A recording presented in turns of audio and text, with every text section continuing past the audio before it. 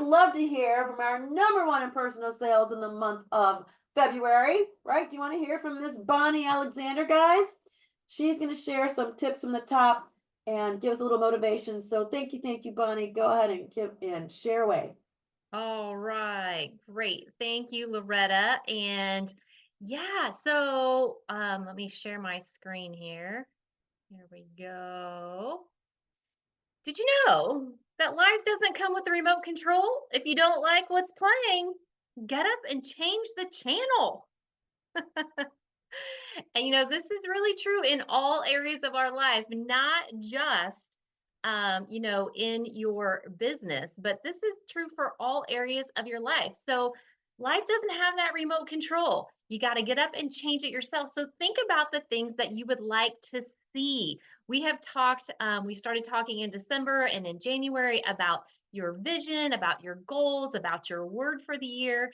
So this just kind of breaks this down a little bit more. So what are 5 characteristics that you would like to have?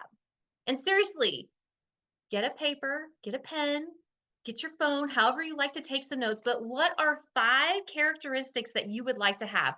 When people think of you, what would you like them to think of? Are you dependable? Are you honest? Do you have integrity? Are you kind? Are you funny? What are 5 characteristics that you would like to have? And what are 5 things that matter to you the most? What matters to you the most? And this is the whole circle. This isn't just your business. This is the 5 things that matter to you most.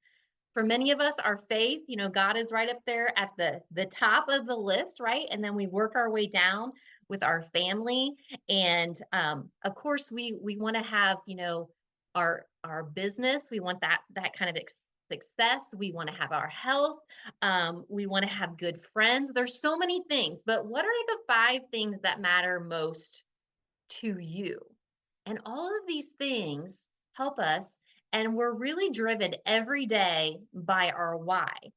So hopefully you have, been thinking about this. We're still in the first quarter of the year, so it's not too late to keep looking at that and having your vision. What is your vision? Do you have that vision board? Did you do your pillowcase?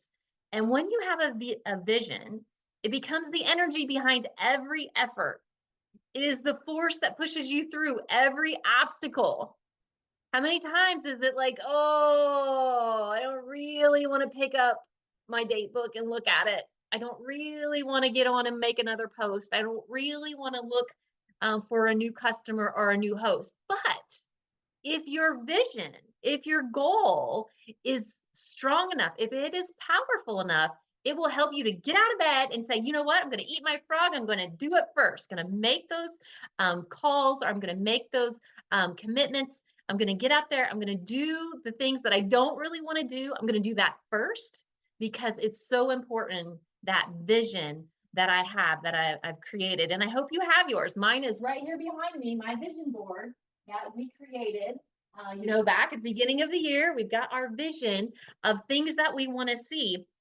And it helps you be excited. It has that gets that momentum going. It creates unity if your team is behind you, your family is behind you, and people do what people see. So when you're thinking about that and you're setting that example, um, what are your kids seeing that you are doing? What does your spouse see that you are doing? Are you doing the little things for your spouse, like, taking out the trash without being asked because, they're having a busy day, or, bringing them a cup of water or something because they've been sitting working for a long time?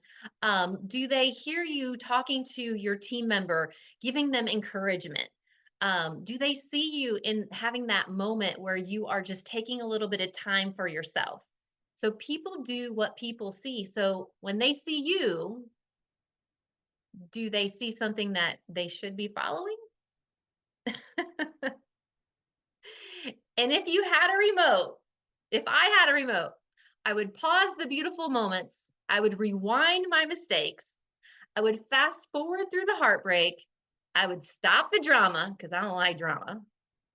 And I would play the rest. So I hope that you take a minute to think about, what are some moments from the last year that you would take time and you would pause those moments? What are some of those moments that just give you joy? If you had a mistake that you could go back and rewind, what might that be? Because if you think about it and you know there's something that you would do differently, when you think that through the next time, you will handle it differently. And it might not be so much a mistake as a new priority. Did you not spend enough time with your family? Did you not take enough time to do something fun? Did you not take enough time to go to the pool or go see a movie? Things like that. What would you do a little bit differently? What would you do a little differently in your business? Just some things to really be thinking about.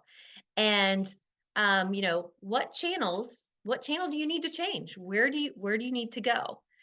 So I hope that this just gives you a little bit to think about, and to kind of refocus. If you haven't looked at your vision board in a couple of weeks, if you haven't set a goal for the new month, I hope that you will, take some time to think about where you were, where you want to go, and where you're at right now, so that you can just grab that remote and change the channel if you don't see the direction that you want to see. And remember, you do what you schedule. So make time for the things that are important to you.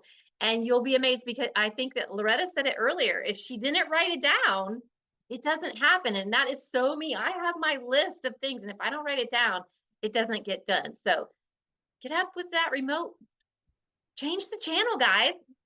All right, Loretta, back to you.